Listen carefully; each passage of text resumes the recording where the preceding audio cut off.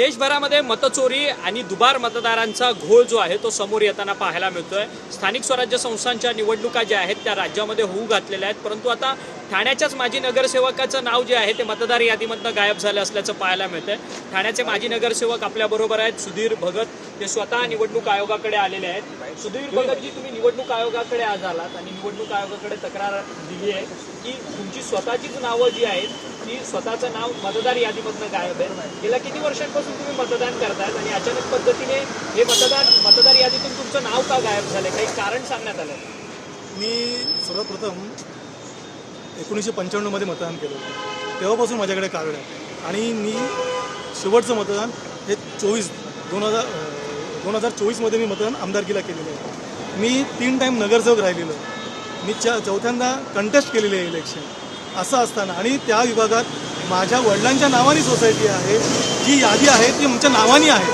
असं असताना देखील आमचं नाव कट होणं म्हणजे हे सरळ सरळ मतचोरी आहे। मतचोरी मी का म्हणतो? चोर जेव्हा घरात चोरी करतो तेव्हा सांगत नाही, गुपचूप चोरी करतो। तसं कुठल्याही प्रकारची नोटीस नाही, कुठल्याही प्रकारचा सर्वे नाही, कुठल्याही प्रकारची चौकशी नाही, असं न करता डायरेक्टली मतं गायब करायची आणि एखादा व्यक्ती जो मातब्बर उमेदवार असेल त्याला इलेक्शनपासून तर काय मतदानापासून वंचित ठेवायचं, असा प्रकार घडला। खरं तर आता तुमचं नाव मतदार यादीतून गायब झालं, तुम्ही निवडणूक लढवू शकता का तांत्रिकदृष्ट्या? कारण की आता तुम्ही त्या संदर्भात सगळ्या यंत्रणांना प्रश्न विचारता, निवडणूक आयोग असेल किंवा जिल्हाधिकारी असेल, त्यांच्याकडनं काय उत्तरं मिळाली? फार मोठी हास्यास्पद बाब आहे का कुठल्याही इलेक्शनला एक डेडलाईन दिलेली नसते। तुम्ही खासदारकी इलेक्शनला ज्या दिवशी फॉर्म भरता त्याच्या 1 दिवस पहिले तुमचं जर नाव असेल तर तुम्ही खासदारकीचा फॉर्म भरू शकता। तुम्ही आमदारकीला 1 दिवस पहिले फॉर्म भरायच्या 1 दिवस पहिले जर तुमचं मतदार यादीमध्ये नाव असेल तर तुम्ही फॉर्म भरू शकता। परंतु पहिल्यांदा नगरपालिकेच्या इलेक्शनला एक डेडलाईन दिली गेलेली आहे का 1 जुलैच्या नंतर ज्यांची पण नावं असतील त्यांना मतदान करता येत नाही आणि फॉर्मही भरता नाही।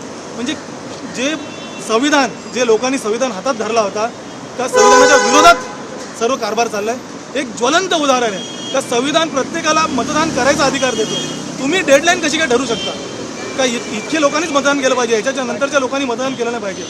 मग नरेंद्र मोदी साहेब जे म्हणतात का युवकांचा हा देश आहे, युवकांच्या खांद्यावर हा देश आहे, पण युवा फॉर्मच भरू शकत नाही। जे 1 जुलैच्या नंतर ज्यांची नावं आलेली आहेत ते जर इलेक्शनमध्ये फॉर्मच भरू शकत नाहीत, ते लोक मतदानच युवा करू शकत नाहीत, मग अशा प्रणालीचं करायचं काय? खरं तर तुम्ही कोणत्या विभागाचे नगरसेवक तुम्ही राहिला आहात? विधानसभा कोणतं क्षेत्र आहे तुमचं? माझं कळवा मुंब्रा विधानसभा क्षेत्र आहे। मी मुंब्रा विभागामधून 3 वेळा नगरसेवक राहिलेलो आहे।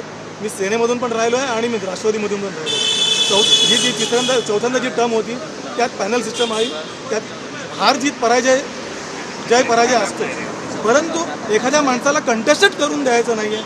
आणि एखादा सामान्य माणूस असेल, फ्लॅटमध्ये राहणारा असेल, मी बंगलोमध्ये राहतो, माझं पूर्ण म्हणजे स्टेशनवरती एखाद्या रिक्षावाल्याला जरी सांगितलं ना का अमुक व्यक्तीच्या घरी जायचं आहे, तो रिक्षा माझ्या घरापर्यंत सोडतो। असं असताना माझ्या BLOला कुठल्याही प्रकारची अभिप्राय विचारला गेला नाही आहे।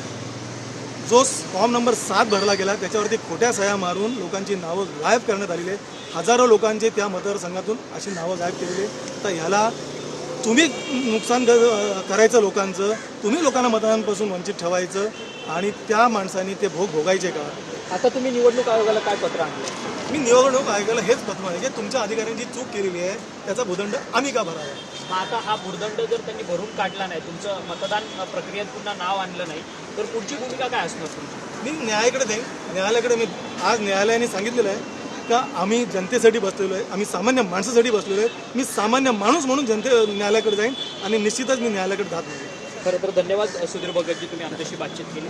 सुधीर भगत होते जे ठाण्यामधनं कळवा मुंब्रा मतदारसंघातून माजी नगरसेवक म्हणून त्यांनी 3 वेळा संपूर्ण कारभार पाहिला आहे। अशा सुधीर भगत यांचंच नाव जे आहे ते आता मतदार यादीतून गायब झालेलं असल्याचं पाहायला मिळतंय। सुधीर भगत स्वतः आज राज्य निवडणूक आयोगाचे जे आयुक्त आहेत दिनेश वाघमारे यांची भेट घेण्याकरता राज्य निवडणूक आयोगाच्या कार्यालयात आलेले आहेत आणि या सगळ्या संदर्भात जर मला पुन्हा मतदानाचा अधिकार दिला गेला नाही तर मी न्यायालयाकडे थेट या सगळ्या प्रकारासंदर्भात दाद मागेन, असं थेट वक्तव्य जे आहे ते सुधीर भगत यांनी आपल्यासोबत बोलताना व्यक्त केलेलं आहे। व्हिडिओ जर्नलिस्ट आदिल शेखसह अक्षय मंगणे, टीव्ही 9 मराठी, मुंबई।